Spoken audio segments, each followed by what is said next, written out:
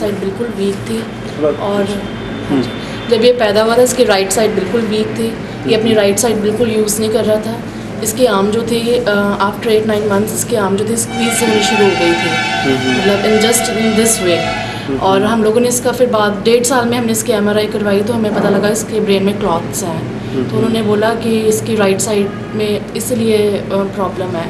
तो हमने 2.5-3 साल इसका आयुर्वेदिक का ट्रीटमेंट करवाया, उससे ठीक है आर्म थोड़ी खुल तो गई लेकिन एक प्रॉपर शेप में नहीं आई, लेग भी इवन के इसके प्रॉपर शेप में नहीं आई, थोड़ा सा ऊपर नीचे का इसका बैलेंस होना शुरू हो गया था।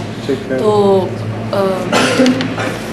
काफ़ी इसका इलाज करवाया, फिर ये बोल भी नहीं रहा था। इसकी ओवरऑल जो बॉडी थी वो बहुत ही स्लिम स्ट्रक्चर थी, इसके नर्व्स बोन्स वगैरह बहुत ज़्यादा विजिबल थे और साथ ही साथ में ये बोल भी नहीं रहा था, जो हमारे लिए सबसे बड़ी प्रॉब्लम थी।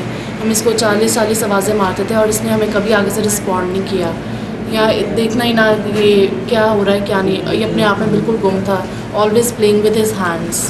पैदा ठीक हुआ था? हाँ जी, मतलब he was only 1.5 kgs caesarean but he cried, मतलब अपने टाइम पे रोया था जैसे बच्चे रोया था ये, लेकिन ये 3-4 दिन इंक्यूबेटर में रहा था। उसके बाद उन्होंने हमें इसे दे दिया था, बहुत ज़्यादा वीक था, बड़ी मतलब मुश्किल से वो टाइम निकाला और इसका इतना इलाज करवाने के बाद it was not very satisfactory. Physically इसमें क्या प्रॉब्लम थी?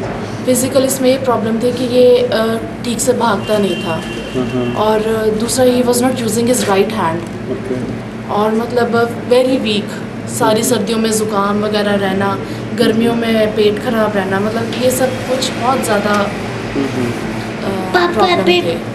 डॉक्टर्स की राय क्या थी इसके बारे में? हम लोग एम्स में भी गए, अपोलो में गए, उसके बाद दिल्ली ब्रीच कैंडी भी गए, तो उन सब ने ये बोला कि with the passage of time he will be cured. 1-2 syrup दे दिए, आप इसकी फिजियोथेरेपी करवाओ, आप ये करवाओ, मतलब इट वाज नॉट लाइक कि आप टाइम के ऊपर छोड़ दो, मतलब ऐसे करके उन्होंने हमें जवाब दिए इट इज़ नॉट क्योरेबल, इससे ज़्यादा ये होगा नहीं, इससे कम ही होगा नहीं, आप ऐसे मतलब फिजियोथेरेपी करवा लो, थोड़ी देसी दवाइयाँ आती हैं वो दे के देख लो, मतलब उनका कोई सेटिस्फैक्ट्री आंसर नहीं था after spending so many hours over there.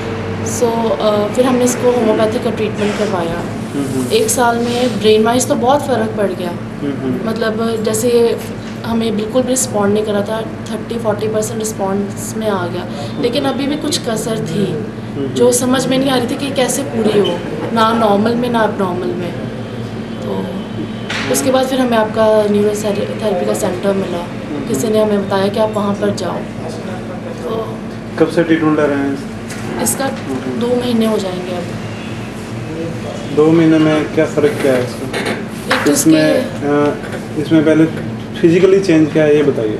Physically change ये आया कि इसका जो राइट पैर है वो अब नीचे लगना शुरू हो गया, जबकि राइट पैर जो था ऐसा होना शुरू हो रहा था एक वक्त से। आर्म जो है ये ऐसे अब हो रही है, ऐसे हाथ जो ऐसे घूम रहा है, लेकिन पहले ये हाथ नहीं घूम रहा था, मतलब ऐसे मूव करना ही बहुत मुश्किल था। लेकिन अब देखो ये हाथ जो है, फिंगर्स जो है सॉफ्ट हो गए हैं, हाथ जो आप आराम से ऐसे मूव कर सकते हो, पहले नहीं होता, पहले नहीं था, ये बिल्कुल स्टिफ होना शुरू हो गया था इस तरह। अब आर्म जो है ये पहली बार ज़िंदगी में ऐसा हुआ है कि आफ्टर 5 इयर्स इस बच्चे ने अपने दोनों हाथ ऐसे पकड़ के अपने आप से 1-2 एक्सरसाइजेस किए हैं जो कभी नहीं हुआ था। शू जब पहनने लगता तो he is using his right hand, पहला फ़र्क ये लगा है। दूसरा ये लगा जब ये भागता था तो बहुत अजीब तरीके से भागता था और अब ये थोड़ा थोड़ा उससे हट गया, मतलब 20% का फ़र्क रह गया है। 80% कवर हो गया। 80% कवर हो गया। पापा इसमें मेंटली कुछ चेंज आया? मेंटली ये चेंज आया कि ये हमारे वर्ड्स पिक करना शुरू हो गया है। अब ये कहता है कि अगर मैं बैठा हूँ तो मेरी तरफ देखो, मतलब थोड़ा सा अपनी प्रेजेंस का इसने हमें भी एहसास करवाना शुरू कर दिया है। जिससे वो बोलने में कुछ इम्प्रूवमेंट, बोलने में ये हमारे वर्ड्स पिक कर रहा है, लेकिन अभी जैसे ज़्यादा समझ नहीं है कि हम क्या जो मैं बोल रहा हूँ किस पर्पज़ के लिए बोल रहा हूँ। बट बहुत फ़र्क है 2 महीनों में, इतनी जगह जाके भी इतनी जल्दी कई जगह पे फ़र्क नहीं पड़ा जितना जल्दी यहाँ पर मेरे को फ़र्क नज़र आया है।